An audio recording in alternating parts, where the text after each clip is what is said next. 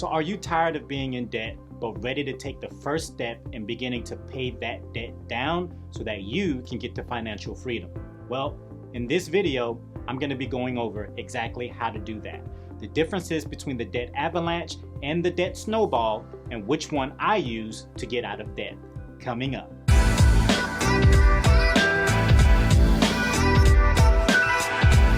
Hey, what's going on, guys? Trey here, and welcome back to the best channel in giving you tips as well as strategies that will help you get out of debt quicker on your way to financial freedom so that you can begin building wealth. And today we have a very good topic, and that topic is, which is better, the debt avalanche or the debt snowball? And I'm also going to be covering which one I use to get out of debt. So what do we know about debt? Well, it's pretty simple. Debt is a dream killer. It's like you're in prison and you have no idea when you'll be able to get out of debt. So if getting out of debt is something that you're interested in, please consider subscribing to this channel, smash the like button, and hit the notification bell. Subscribing to this channel helps this channel to grow so that I can continue making videos just like this one and showing you how to get out of debt and becoming financially free. Without further ado, let's jump into the video. All right, guys, so I want to start this off first off by saying congratulations, because the most important step in getting out of debt is to take the first step. So congratulations in doing so. Let's start off with some of the common things between the two. Commonality number one. Both the debt avalanche as well as the debt snowball will help bring you financial freedom. Many people who are in debt are prisoner to it and have no idea what to do or how to get out of that debt, so they just stay in it and continue making minimum payments, and the debt doesn't go anywhere. So just know that regardless of which route you decide to go, the debt avalanche as well as the debt snowball will both help you in getting to financial freedom. Commonality number two. Both the debt avalanche as well as the debt snowball require you listing your debt and making minimum payments. If you go back and look at the two videos that I posted, and I'll post a link to both of them, one went over how to properly execute the debt snowball and the other went over how to properly execute the debt avalanche. And one commonality that were between the two in the videos was that you had to list your debt, your interest, and your payments on both. On both of those, it'll require you to do that, and that's commonality number two. All right, guys, so now we're gonna get into some of the differences, and I'll start with the debt avalanche. So the premise behind the debt avalanche is tackling the highest interest first so that you can get that out of the way and then start tackling the lower interest rates, which will help you in saving money. It's ideal for a lot of people, and again, a lot of this is gonna come down to your personality and your personal financial situation. The difference number one, you have to list the highest interest first when utilizing the debt avalanche. All right, guys, so let's get into difference number two for the debt avalanche. You can save more money.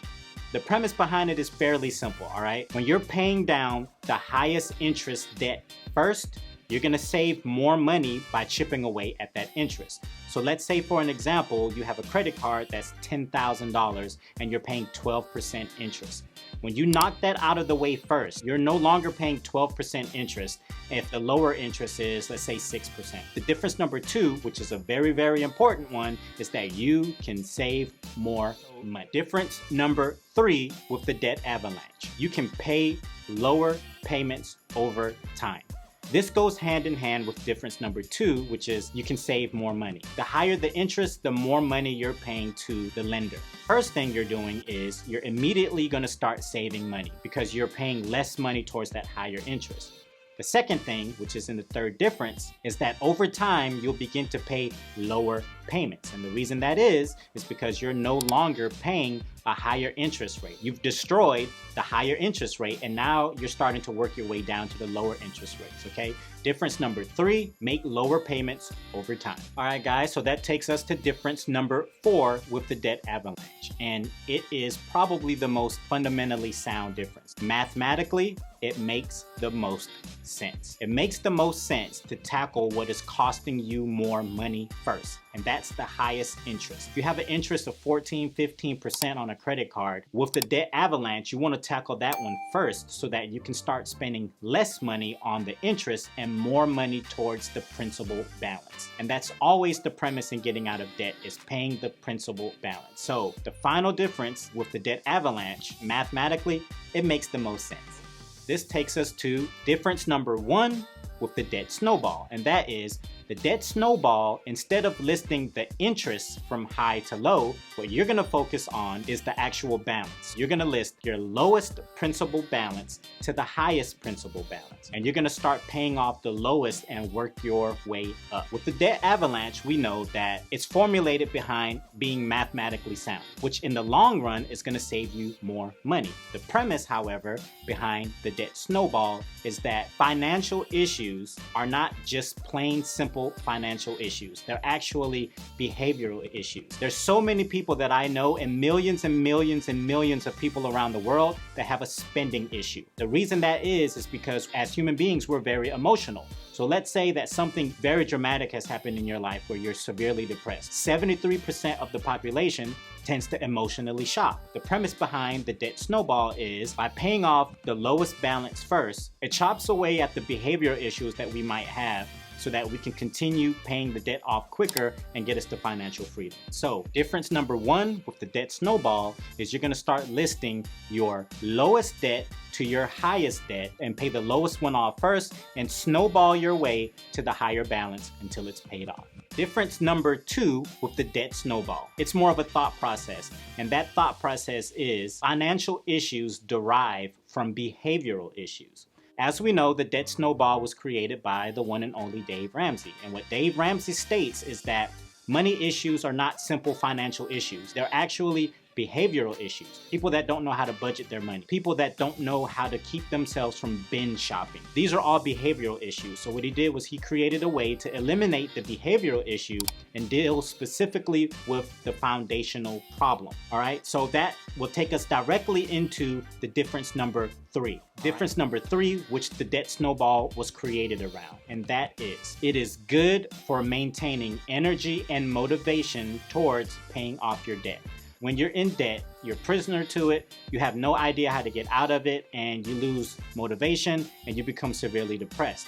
With the debt snowball, by paying down the lowest balance first, you can springboard your way into paying the next balance off, and in doing so, it gives you motivation and saying, hey, I just paid this debt off really quickly, I could probably pay the next one off quicker. And then before you know it, you're at your last debt, which should be the highest one, and when you pay that off, you become financially free. It's very good for maintaining energy as well as motivation. All right, guys, so I did state that if you stay tuned to the end of the video, I'll be covering what method I use to get out of debt. And the method that I used was the debt snowball. Now, why did I decide to use that? Well, initially, when I was trying to get out of debt, I didn't really know which way to go. I stumbled across Dave Ramsey's video, and then once I started implementing the debt snowball, I paid the first 2 to 3 pieces of debt off fairly quickly. All right, and before I knew it, $30,000 of debt was gone. Now, in conclusion, I won't necessarily say one is better than the other. What I will say is the most important thing when deciding which one to use is take the first step. Choose one of them, stick to it, stay motivated, and become financially free. All right, guys, and there you have it. The differences and commonalities between the debt avalanche and the debt snowball.